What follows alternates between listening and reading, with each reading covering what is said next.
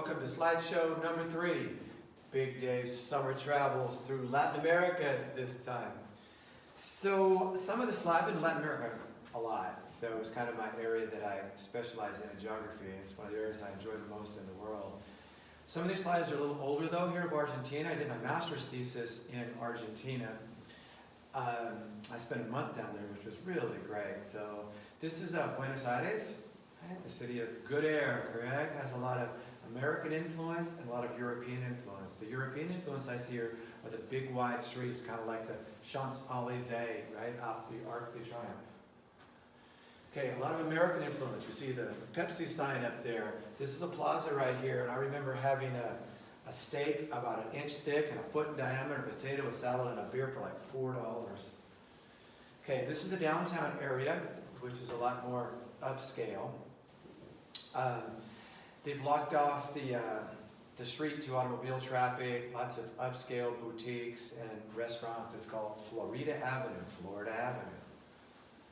Okay, this is the area where there are a lot of embassies and upscale houses. It's Palermo Park, where the kind of rich live. Now, we have a White House in Buenos Aires. They have a pink house, and this is on the main plaza. Most Latin American cities have a plaza, Plaza Mayor, where you have important government buildings and important commercial buildings surrounding it. So this is the main plaza in Buenos Aires, and they allowed Evita, who was played by Madonna, right, to come out onto one of the balconies there from the pink house. Okay, this is the Cabildo, or the City Hall, again, on the main plaza, the Plaza Mayor. And this looks like some kind of a judicial building here, again, right on the main plaza in downtown Buenos Aires. This is the kind of an Italian district, right, of Buenos Aires. And it's kind of an arts district. In Italy, you have lots of pure-blooded Spaniards as well as Italians. So this is called La Boca right here. It's the mouth of the Rio de la Plata river system, where the rivers have kind of come together and flowing out to the ocean right here. Okay, again, a look at La Boca. And this is an interesting car right here. It's a Ford Falcon. When I was really young, that was kind of a cool surfer car growing up. And I said, man, there's a lot of Ford Falcons down here all cherried out with rubber bumpers. But they were making new Ford Falcons there for years and years after they stopped making them in the United States. Okay, lots of graffiti when I was in Argentina, in Buenos Aires. And it wasn't gang graffiti. A lot of it's political graffiti. I think that says justice for Isabel Perón. So the story of the Perón family, really quick. Juan Perón was a fascist dictator in power from 1945 to 58. His first wife was Evita. Don't cry for me, Argentina. Maybe you've heard that song before. But she died relatively young, I think in her early 50s, of cancer in 1952. Juan Perón was forced into exile to Europe, and he came back, a triumphant return, in 1973. And he made his second wife, Isabel, vice president. He died in 1974. She was incapable of running the government. A military coup occurred in 1976 in Argentina. And something called the Dirty War occurred from 1976 to 83, where anybody remotely suspected of being a subversive, a communist, a leftist, was killed. Maybe 10 to 30,000 people died. People were actually pushed out of airplanes over the ocean, just brutal things like that. Okay, this is living, baby. I was a grad student. Downtown Buenos Aires, $10 a night. Clean sheets, all I cared about. The paint's peeling. First adventure ever with a bidet. I had no idea what a bidet was for. You know, I turned that thing on and squirted me in the face. I had no idea. Maybe you do number 1 in this one, number 2 in that one. Anyways, bidet's a great idea. Right, go ahead. Buenos Aires is on the Pampas, a flat grassland area. Argentina is known for the production of beef and wheat. So there's some beef cattle on the Pampas. Further south is called Patagonia. A lot of Americans have moved down there, bought big ranches these days, but the raising of sheep in Patagonia, dry windswept plain. This is a nice little town, like a 50,000 population town on the Pampas outside of Buenos Aires. It's called Azul, which means blue. But here's the beautiful main plaza. Got a bank over there, important commercial buildings downtown. What they like to do on Sundays is they cruise around the plaza and they drink this tea called mati. And they kind of check each other's old fixed up cars out. Okay, there's the Roman Catholic Church on the plaza again. If that doesn't put the fear of God in you, I don't know what will. Look at that structure. It was kind of imposing to me. Okay, and there's the Cabildo, right? And look at the VWs throughout South America. That's an old slide, as you can tell here, man. But there's one main boulevard that would go out from the plaza. And hubba, there's the Playboy Club, right? Isn't that funny? Okay. All right, so every city, medium-sized city, tended to have one or two mansions that used to belong to the majority landholders within the city. This is called a colonia house, and it doesn't look like much, but they're fancy. There's an interior courtyard inside, rose gardens and things like that. Those are built in the 1930s, and materials are brought over from Europe. In most Latin American cities, as you move away from the center of downtown towards the periphery, things get poorer. Housing at some point becomes even substandard, but this is middle-class housing in Argentina, maybe 800 square foot concrete structure. For years and years, Argentina was known as maybe the only Latin American country that had any semblance of a middle class, but they've been devastated economically over the years. So I'm moving further out towards the periphery, housing quality declines, and finally, out on the let me go back. So how can we place this? Okay. So finally, out on the outskirts of town is where it gets the poorest, and this is typical in most Latin American countries. Now, this would be considered an upscale house, very upscale house in a medium-sized town in Argentina. So I met this family. It's about a 1,400 square foot home. It would be very middle class here in the United States. The one guy there is an Anglo-Argentine. His roots go back to the British Isles. She's typically more what Argentine women would look like. He was 36 at the time I met him. He was the chief engineer at the largest ceramic tile factory in all of South America. And he asked me, how would I be doing in the United States with my amount of education and so forth? I said, well, you're a very lucky guy. You got a beautiful wife, a nice house. You definitely have a better car than this. I remember having to push start this thing and pop the clutch to go get pizza one night. Okay, this is government subsidized housing outside of Buenos Aires. Argentina has a little bit more money than countries like Bolivia or Peru, so they're able to build housing for the poor. All right, so there's Daddy over there on the left, years ago with the white pants on. This guy right here was an elite for sure. He was the manager, was the owner of the largest cement factory in South America. The guy in the gray sweater was his English teacher, who I met, who invited me over to hang out with his family, so to practice English on. So that's his family, English teacher. I'm very friendly when I travel. I end up getting invited to people's houses, and I usually don't pay for hotels when I'm on myself. So it was another family I met, Anglo-Argentines. They kind of this network. Each town they call somebody, say, take care of this guy, right? And so this was after a end of the season rugby party. They invited me in. We're having a good time there. All right, the guy on the left is Anglo-Argentine I told you about before. The three ladies on the right are typically what Argentine ladies would look like. Their roots would go back to Italy or to Spain. I put this guy in here because he's a wonderful guy. He was a Roman Catholic missionary. He was a priest. And I spent like 18 hours on a plane with him on Aero Peru, which they call Aero Perhaps in the day. Perhaps you make it, perhaps you don't. But we spent hours just talking. He was in his 60s on his way to do a 3-year commitment to help some indigenous population in the highland areas of the Inca learn to read and write. Just a wonderful human. Okay, so now I'm up. Here we go. I'm in the Andes. Some of these peaks are going to be well above 20,000 feet. And I'm going to go to the ancient capital of the Inca, one of them. Okay, and this is Cusco. Cusco's on the Altiplano, the high plain, of around 11,000 feet. An amazing city. Again, makes one of my top 5 most interesting places easily that I visited in the world. Okay, so here's the square again, the main plaza. There's the Volkswagens again. And there would be the church on the main plaza and the Volkswagens. Okay, and here I found pure-blooded descendants of the Inca. And these are very, very small people. The ladies, just maybe 4.5 feet tall. The men, 5'2", something like that. But this is so interesting. The culture here. You know, and you get, that's me a long time ago, Jackson, right there.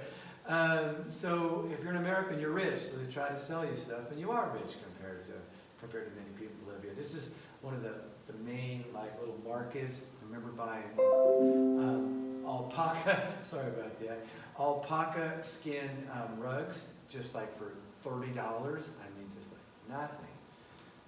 And this town was built 2,000 years ago. So a lot of this Spanish architecture here that's built on top, that's obviously more recent than that. But these streets were not built for automobiles at all. And when there's earthquakes in the Andes to keep the walls up, sometimes they use these braces to keep the walls up. Now, what's interesting about Cusco, one of many things that are interesting, is what happened when the Spanish came is they kept the Inca foundations. Those are Inca stones, and they were put together without mortar. The Inca were master stone cutters. And if you look up top here, the Spanish built their structures on top of the Inca foundations. That's, I think, the largest Inca stone in Cusco, and I was saying, hey, stand by that. She said, buy something from me, Gringo. I said, just stand by the rock for me. I don't know if she's flipping me off or what's going on right there. Anyways, go ahead. So I took a cab, Indiana Dave, into the countryside. I said, take me anywhere, I just want to walk around. So it took about 3 miles out, and I walked back to Cusco, and these are some of the interesting structures that I saw. I mean, I tried to tag along with an English-speaking tour group whenever I could and listen in and try to learn some things about these structures, but it's just incredible walking through the countryside. So I'm 15,000 feet, sucking air pretty good as I made my way through the hills. That's what it looks like, 15,000 feet up near Cusco. Terraced agriculture, dating back to the time of the Inca. They're growing lots of maize, which is corn, and lots of beans. They were grazing lots of alpacas and llamas. So we ride Yamahas here, they ride Lamahas there. Go ahead. So now I'm in the Amazon jungle. I'm in Iquitos, Peru. So now there's going to be more Portuguese style architecture. There's a Treaty of Tordesillas line that was created back in the late 1400s that divided up Latin America for the most part between Spain and Portugal. And so as a result of that, a lot of the Amazon became part of the Portuguese territory. So again, even though I'm in more Portuguese-influenced areas, still you have the church right on the plaza, and you have more Portuguese-style architecture here. And I'm going to get a guide, and I'm going to go up the Amazon River deeper into the jungle. So here I go. And man, did it rain every day about 2 o'clock in the afternoon. It would pour. So I'm with my guide, we walk around at night to these little swamp areas. You see eyes peering back at you, you know, and they're definitely crocodiles, lots of them out there. So these are like the biggest water lilies I've ever seen in my life. We're a little rowboat. I asked my guide, I said, man, can I go jump on those? He goes, yeah, Dave, if you like piranhas, go ahead. So I read later about piranhas. At the time I was there, only been 2 piranha attacks in the area. One guy went in with open sores. The other guy, they don't really know why the piranhas went after him. Okay, so as I'm walking through the jungle, areas where the sun can get through, like this, where the trees have been cut down at one point in the past and light can get through, it's very thick walking through the jungle. Okay, so this would be called secondary jungle. It's been cut down one time. There's my guide. This guy was a real character, man. So we would hike out in the jungle. We would sleep in hammocks with mosquito nets. He had a little boombox. He loved the Beatles, and so did I. So here we go into the jungle right here. And there's your daddy right there. Jack, look how skinny I was back in the day. Look at that. You know how studly I am. Look how big that tree must be. Still getting done. This is I could dunk back in these days. This is the ceiba tree, the largest tree in the Amazon, actually. Go ahead. Anthills like 2-3 feet high, man. They want to take you back down in the anthill, like do a little dance, make a little love, right? I mean, huge, huge anthills. All right, so before I go on here, I want to tell you a quick story here about my guide. He was a character. So we're going through the Jackson, you'll like this story too. We're going through the jungle. He takes a machete. He bangs it against this piece of wood that was down, right? A tree that was down. Out come these insects, and they swarm me. They're all over me. I'm thinking, oh my God, Indiana Davis met his fate out in the middle of the jungle. This guy's going to kill me and take my money and everything else. And I look at him, his little Peruvian butt was just laughing his butt off at me. because he knew these things didn't stink. They just will swarm you to get you away from their nest, I guess. So I still owe him about 10 for that one. Typical architecture in the Amazon, up on stilts because of the flooding. This guy took out a loan for the Bank of the Amazon, home equity loan, and is putting on an addition right here. I remember walking by this house, and there's nobody around, and there's a dude in there laying in a hammock, no electricity, and what do I hear? I hear Michael Jackson's song, Beat It, in the middle of the Amazon jungle. You know, I couldn't even freaking believe it. Go ahead. All right, so this was a bar right in the Amazon River, and what I remember about this place is they had a trained monkey. They had clothes on this little monkey and everything else, and I'd sit there in the afternoons and watch the rain come down, and that monkey would sit right next to me on the bar stool. Pretty funny. This is a camp we stayed at. So we'd hike through the jungle a while, then we'd stay at these jungle camps, and we get to stay in a bed actually, and with mosquito netting, of course, and get a warm meal. I remember showering, they'd pump that water right out of the Amazon River to shower. Okay, this is what a savanna looks like. It's not quite as heavily forested as the actual rainforest, but both in the savanna and in the rainforest, they do slash and burn, where they cut down the rainforest and then they will burn it, and the ash will act as a short-term fertilizer. But when they plant crops, usually what happens is the soils are not fertile enough to sustain long-term agriculture, so they got to go on and slash and burn some more. Okay, more examples of slash and burning I saw when I was there. Okay, now I'm going to go through the Panama Canal. The Panama Canal is about 51 miles long, and it's got 3 locks on each side, the Pacific side and the Atlantic side. Locks are like boxes of water that fill to bring you up to a higher elevation. So we'll go in the next box, they'll fill it with water, the next lock, and then you go out across Lake Gatun. Then when you get on the other side, you have to come back down to sea level. Okay, this is San Jose, Costa Rica, and I love Costa Rica. What a great place for you to visit. I think it's relatively safe to go. San Jose, pretty cosmopolitan. So I'm on the Pacific side now. This is Manuel Antonio National Park. Water about 70, 75 degrees. Back in the jungle there, I saw howler monkeys. I saw my first sloth back in there. But just beautiful, clean, wonderful, warm water. Then I went to the Caribbean side, and I played volleyball against these guys. We listened to a little, Bob Marley they were playing, right? And these same guys would be like our waiters at the restaurants at night. Great, great guys. So poor on the Caribbean side also. And but these are the beaches, really, really beautiful. I'm going to walk back into the jungle here. This is secondary growth. It's been cut down once. So very thick forest to walk back in. And if you can maybe see the iguana there at the top of the slide, iguanas everywhere in Costa Rica. Right? This has been cut down, slashed and burned, and they're grazing animals out here, obviously cows. I am in Guatemala now, pure-blooded descendants of the Maya. Fascinating place to go, Guatemala. Just incredible. This is Antigua, the market in Antigua. This is Guatemala City. Unfortunately, lots and lots of poverty, lots of problems. I was there during the time when the war was on, and there would be like full-on military personnel in front of the banks and everything else. You go into like a McDonald's, there'd be a guy with like an M16 in there as a guard. Incredible stuff. Back to Antigua. This is where you want to go in Guatemala. Just incredible place. Lots of Spanish colonial influence, as you can probably see by the architecture. So when I went through Central America, I went through on the school buses. I had a buddy, and I had taken a group from the college, an honors group from the College of the Sequoias, down into Mexico. We went down as a group for 10 days. And I kept going. I just got on school buses with the buddy, and we kept going. So there I am right there with the giant shirt on. Behind me is my buddy screaming and yelling. There were goats, there were chickens, there were anything you could imagine on these buses, and we had the best time with these folks. So this is Lake Atitlan, Mike. Looks like Lake Tahoe, sort of. Just a beautiful area in Guatemala. And we stayed here for $4 a night. $4 a night. The bathroom's down the hall, but who cares? It's just such a great experience, right? And bathrooms are always an amazing experience in third world countries.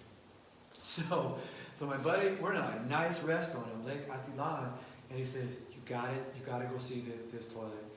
Take a picture of this for your students, they won't believe it. So I'm going sideways like this, I get ready to do a number one, and I'm looking over the fence at this family, they're waving at me, and I'm taking a little pee there. And then I'm checking this thing out. If you do a number two, this thing isn't hooked up to anything. You got to turn the faucet on the top and bucket it out. Bathrooms in the third world, always an adventure. Oh, this is another country I really like. This is Belize. Belize is really a neat place if you get a chance to visit it. So there's my orange Fanta right there in my hat, right there on top of that car. But so we got to go ahead. You know, it's like there's some rich people too in Belize. Like much of Latin America, there's rich and poor. But so we got on the bus. We came out of Cancun, took a bus down to Belize, right? And first thing, we couldn't find our bags. We go, oh no, this is great, our bags are gone. This big guy comes up and he goes, what's the matter, man? I go, oh man, we lost our luggage. He goes, no problem, man, we got it, right? It's in the trunk of his car, he's a cab driver. So he says, where are you going? And I said, well, we're going to the Bon Adventure Hotel, because it was $10 a night. And the guy goes, no, man, you Americans, you don't go Bon Adventure Hotel, you go Holiday Inn. There's like 2 nice hotels in the whole place. So I go, no, we're going to Bon Adventure Hotel. And I don't want to tell you the rest of the story. I'll tell you part of it. He goes, you Americans, you want drugs? And we go, no, we're good. Then he asked us if we wanted something else, which I won't say because my son's here. And I go, no, we're good. We just want to go to Bon Adventure Hotel. But that's what they kind of were thinking of Americans, which I thought was funny. But we got to know the owners here, had great conversations. It was a wonderful place to stay. Then we chartered a boat for $25 and went out to one of the keys out there, one of the islands offshore, because Belize has the second longest barrier reef after the one in Australia. So we went out and we went snorkeling out there. So these 2 guys on the left and the right took us out on a little boat, and we went out to this reef. And the little guy there in the yellow, I'm out there. My buddy didn't know how to swim well. He stayed in the boat, but he waves me over. We dive down about 8 feet. And there's this tail coming out from the bottom of the reef. And I go, oh no, what's this? He shakes something, and I'm not lying to you guys, a shark comes out. Now, it wasn't real big, it was about 4 feet long, and I'm looking face to face with the shark. And let me tell you, you would have no chance against the shark in the water. So anyways, it swims off, and I come up the top, and I go, what are you doing to me?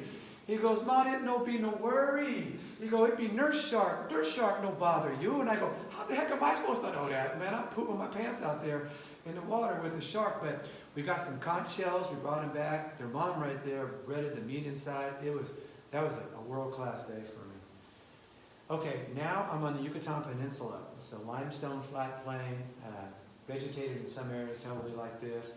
And again, you're going to see a lot of pure-blooded descendants of the Maya when you get into southern Mexico. So there's a neat family, little doggy right there. They let us take their picture, which was kind of cool.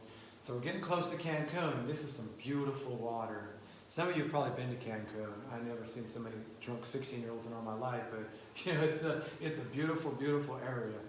So I took the students snorkeling here from the College of the Sequoias. This is called Shell Ha, and look at this water. It's just incredible. If you get a chance, go to Shell Ha if you ever go to Cancun. Okay, this is Tulum. It's one of the few Mayan ruins that were right on the water. So I took the students there also. And of course, we went to Chichen Itza. This is the castillo that has been restored. This is outside of Cancun. And this is the ballpark here. As the story goes, the games would go on for sometimes days. You had the hoop up on the left side.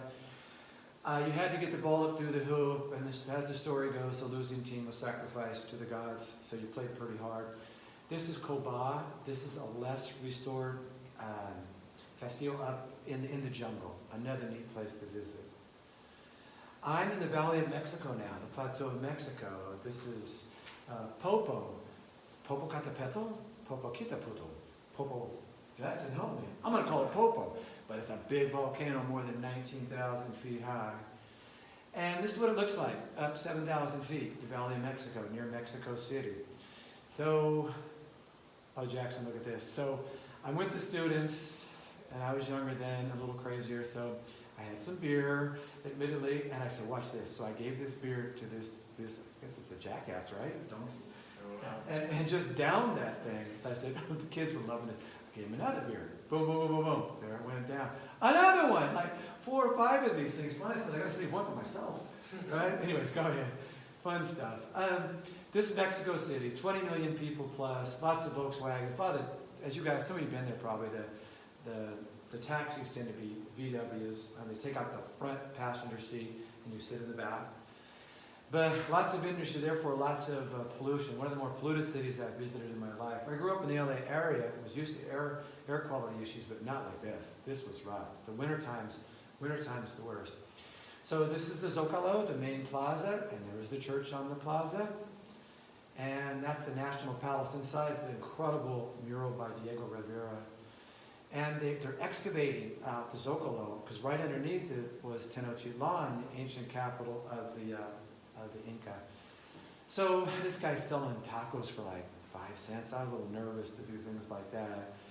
But the underground is really good, right, in Mexico City. So this is the Zona Rosa. This is where I stayed with the students, kind of upscale. Reminded me more like Chicago than Mexico City. As you can tell, it looks pretty westernized here. And this is typical housing in intermediate zones of cities throughout much of Latin America. In particular, this is Mexico. You find a wide variety of colors. Somebody has some purple paint. Check out the fence. That's from scavenged materials. Check out the car. If there's electricity, it might be pirated. The telephone company might come and take or the electric company might come and take the power down from your house sometimes because you're not paying for it. But this is the newest arrivals outside of, this could be Tijuana, Ensenada. I'm forgetting right now. This could be Mexico City. But a lot of these are just shanty towns. They might not even be legal land. They might just be occupying the land. This is the shanty. I believe this is outside of Tijuana. This is how a lot of people in the world live, guys. There's no running water. There's no sewers. There's no electricity or gas lines. There's no carpet on the floor.